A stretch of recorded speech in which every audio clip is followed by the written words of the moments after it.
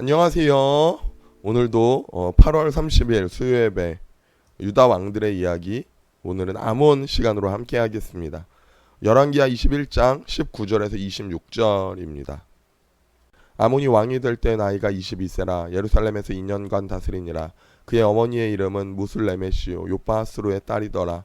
아몬이 그의 아버지 므낫세의 행함같이 여호와 보시기에 악을 행하되 그의 아버지가 행한 모든 길로 행하여 그의 아버지가 섬기던 우상을 섬겨 그것들에게 경배하고 그의 조상들의 하나님 여호와를 버리고 그 길로 행하지 아니하더니 그의 신복들이 그에게 반역하여 왕을 공중에서 죽이매 그 국민이 아몬 왕을 반역한 사람들을 다 죽이고 그의 아들 요시아를 대신하게 하여 왕을 삼았더라. 아몬이 행한 바 남은 사적은 유다 왕 역대 지략에 기록되지 아니하였느냐.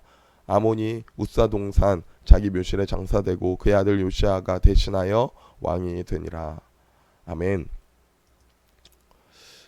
여러분, 불순종, 죄라고 하면 여러분들은 어떤 걸 생각하십니까? 우리는 흔히 이런 걸 생각하죠.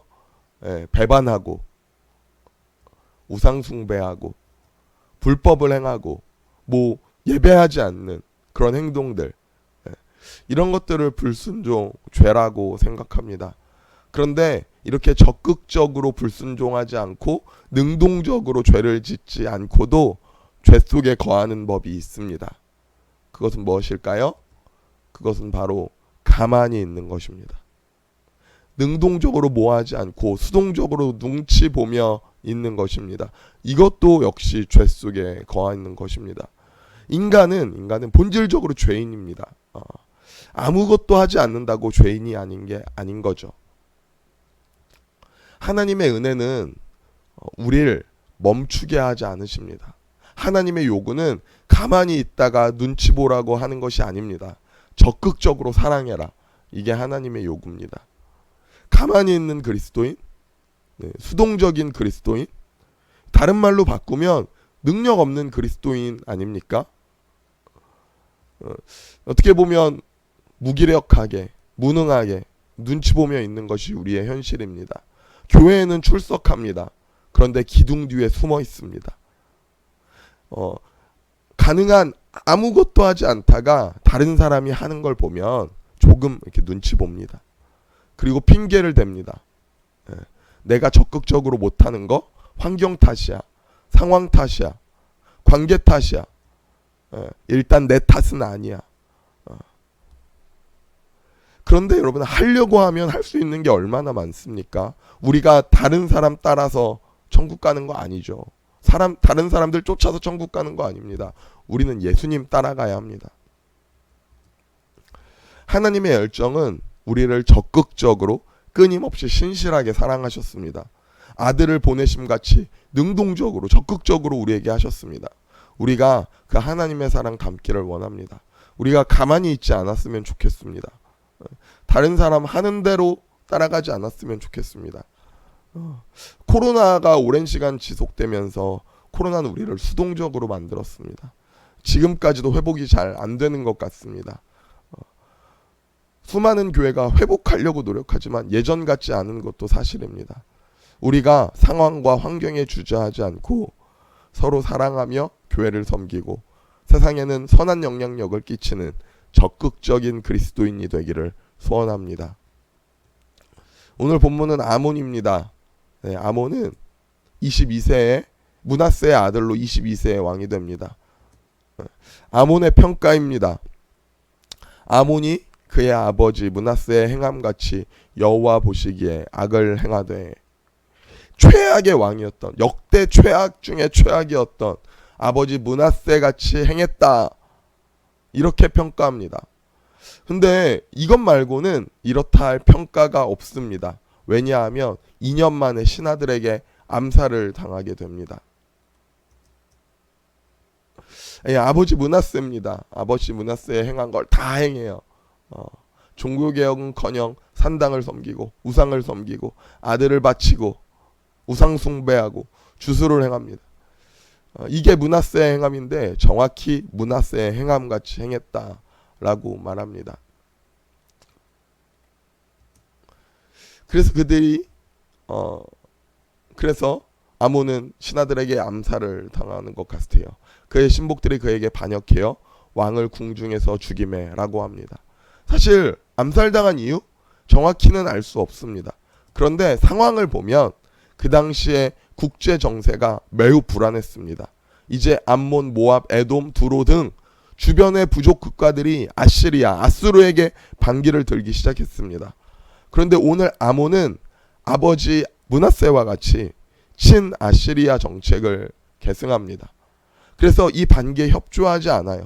그러니까 이런 상황을 고려해 보면 이런 정치적인 상황으로 인해 암살을 당했을 것이라는 걸 우리는 예상해 볼 수 있죠. 아마 반아시리아 정책을 동조하는 신하들에 의해 죽었을 가능성이 있는 거죠. 이때 등장하는 사람들이 있습니다. 24절 그 국민이 아몬 왕을 반역한 사람들을 다 죽이고 그의 아들 요시야를 대신하게 하여 왕을 삼았더라. 아멘. 여기서는 그 국민이라고 번역하고 있는데요. 사실 그 번역이 땅의 사람들이라는 의미입니다. 이게 히브리어로는요 아마 아레츠입니다. 땅의 사람들이라는 의미입니다. 본문에는 국민이라고 번역되어 있죠. 이 세력은 여호와 하나님을 잘 섬기던 경건했던 사람들인 것 같습니다. 그리고 유다가 자주적인 입장을 갖기를 바랬던 세력입니다. 이 사람들은 55년 동안 므낫세 밑에서 인내하며 생활했는데 왕이 암살되자 이들이 모습을 드러내고 활동해서 요시야를 왕으로 추대합니다. 요시야는 유대의 마지막 희망이라고 불리우는 선한 왕입니다. 이전에 아달랴가 다윗 가문을 말살하고 유다 전역으로 우상을 섬겼을 때 제사장 여호야다를 중심으로 반란을 일으켜서 아달랴를 쫓아내고 요아스를 왕으로 추대한 일이 있죠. 그때도 이 땅의 사람들이 적극적으로 동참해서 반란을 성공할 수가 있었습니다. 그러니까 이스라엘이 우상으로 다 뒤덮였다고 모두가 그런 것이 아닙니다. 남아있는 사람들이 있습니다. 여전히 하나님을 향한 마음을 지키고 인내하며 뱉었던 땅의 사람들이 있죠. 땅의 사람들로 기록된 이 사람들은 국가가 위기에 처하고 여호와 하나님을 향한 믿음이 위협받게 될 때에 힘을 합쳐서 일어난 나름 힘 있는 세력인 것 같아요. 후에 나라가 위기에 처할 때 또 등장합니다. 그렇게 믿음을 지키던 땅의 사람들로 인해 요시야가 왕이 되게 됩니다.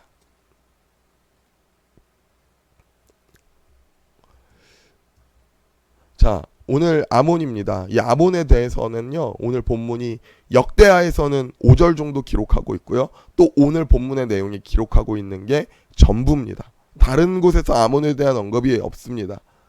아몬은 2년 동안 특별히 내세울 업적이 없습니다. 그냥 므낫세가 한 것 똑같이 따라갔을 뿐입니다. 여러분, 그런데 아몬이 비록 2년밖에 통치하지 않았다고 하더라도 잘못된 아버지의 정책을 바꾸지 않고 그대로 답습한 것도 하나님 앞에서는 크나큰 죄악이라는 사실을 오늘 성경이 강조합니다. 3번이나 아버지와 같이 행했다라고 기록하니까요. 아몬 역시 변명의 여지가 없습니다. 아몬 역시 여호와 하나님을 배반하고 아시리아 편에서 우상을 섬기며 백성들에게 우상을 장려했을 테니까요. 그러니까 우리가 알아야 할 것은 아몬은 자신의 죄악을 아버지 탓으로 돌릴 수 없습니다. 내 신앙생활이고 내 믿음입니다. 아몬은 환경 탓, 아버지 탓 했을지도 몰라요. 그런데 말 그대로 변명이죠. 이건 하나님 앞에서 통용되지 않습니다. 우리도 때로는 더 좋은 환경이 있었으면 좋겠다 생각할 수도 있습니다. 더 큰 교회에서 더 좋은 환경, 더 좋은 부모님 밑에서 더 좋은 환경 속에서 이렇게 변명할 수 있을지도 몰라요. 어떤 사람은 뭐 장로님이 부모님이라 더 좋게 신앙생활 하는데 나는 부모님이 섬기지도 않고 어렵게 신앙생활했어. 이렇게 변명할지도 모릅니다. 그런데 여러분, 아닙니다. 철학자 키에르케고르라는 사람이 이런 말을 했습니다. 우리는 하나님 앞에서 우리는 단독자로 선다. 하나님 앞에서 우리는 단독자로 선다는 거예요. 다른 사람 앞에서가 아니라, 환경과 비교해서가 아니라 나 홀로 선다는 겁니다. 그러므로 우리는 잘못된 것이 있으면 우리가 고쳐야 하고, 문제가 있다면 우리가 바꿔야 합니다. 우리는 무관심한 상태로 있으면 안 됩니다. 바꿔 나가야죠. 세상에서도 그렇고 사회에서도 그렇습니다. 우리 바꿔 나가야죠. 교회에서 신앙생활을 하는 나에게도요, 너무 익숙하게 바뀌지 않는 잘못된 태도, 잘못된 문화가 사실 있습니다. 다른 사람이 그냥 그렇게 하기에 나도 괜찮아 라고 하는 마음이 우리에게 있잖아요. 나만, 다른 사람도 다 지각하는데 나 정도면 잘하는 거 아니야? 이렇게 생각하죠. 군대 가면 부조리가 있습니다. 근데 이 부조리가 내가 만든 겁니까? 아닙니다. 이게 위에서부터 내려오는 거잖아요. 그런데 그렇다고 해서 이게 윗사람들이 하던 겁니다 라고 해서 핑계가 될 수 없습니다. 왜요? 내가 바꾸면 되잖아요. 나는 안 할 수 있잖아요. 악을 행합니다. 이거 관행이었어. 이 핑계가 됩니까? 아니요. 핑계가 되지 않습니다. 네, 하나님 앞에 우리는요, 단독자로 사는 거예요. 네 탓이다, 네 탓이다, 이렇게 할 수 없습니다. 그럼 세상에서 그리스도인은 어떤 자여야 합니까? 우리는 빛으로 사는 자여야 합니다. 어둠 속에 있다고 나는 잘못 없어가 아니라 빛이 되어서 빛을 밝히고 변화시키는 사람이 그리스도인입니다. 오늘 본문에 땅의 사람들이 나오죠. 이 사람들은 악한 왕이 통치할 때 인내합니다. 그런데 진짜 유다가 위험할 때, 다윗 가문이 위험할 때 움직입니다. 우리는 움직여야 합니다. 우리에게 가만히 있는 게 문제입니까? 네, 문제입니다. 그리스도인이잖아요. 우리는 움직여야 합니다. 더 하나님 앞에 나오고 내가 할 수 있는 일을 찾아서 해나가야 합니다. 하나님은 우리가 가만히 있기를 원하지 않으십니다. 여러분, 세상에 순응한 자로 살지 마십시오. 그리스도인의 증거는 열정입니다. 빛과 소금의 역할을 감당하는 우리 대광교회 되기를 소원합니다. 오늘은 여기까지입니다. 기도하겠습니다. 우리에게 예배할 수 있는 자리를 허락해 주심에 감사합니다. 우리가 하나님 앞에 나올 수 있음에 감사합니다. 주의 말씀 듣고 우리가 오늘도 변화되어 살아갈 수 있게 하시니 감사합니다. 우리가 가만히 현실에 안주하는 자가 아니라 그리스도인으로서 세상의 빛과 소금의 역할을 감당하는 일꾼으로 쓰임받게 하여 주시옵소서. 환경 탓, 상황 탓하지 않고 지금 내가 할 수 있는 일 해나가게 하시고 능동적으로 사랑하며 열정을 다해 예배하는 우리 대광교회 되게 하여 주시옵소서. 감사하며 예수님의 이름으로 기도드렸습니다. 아멘.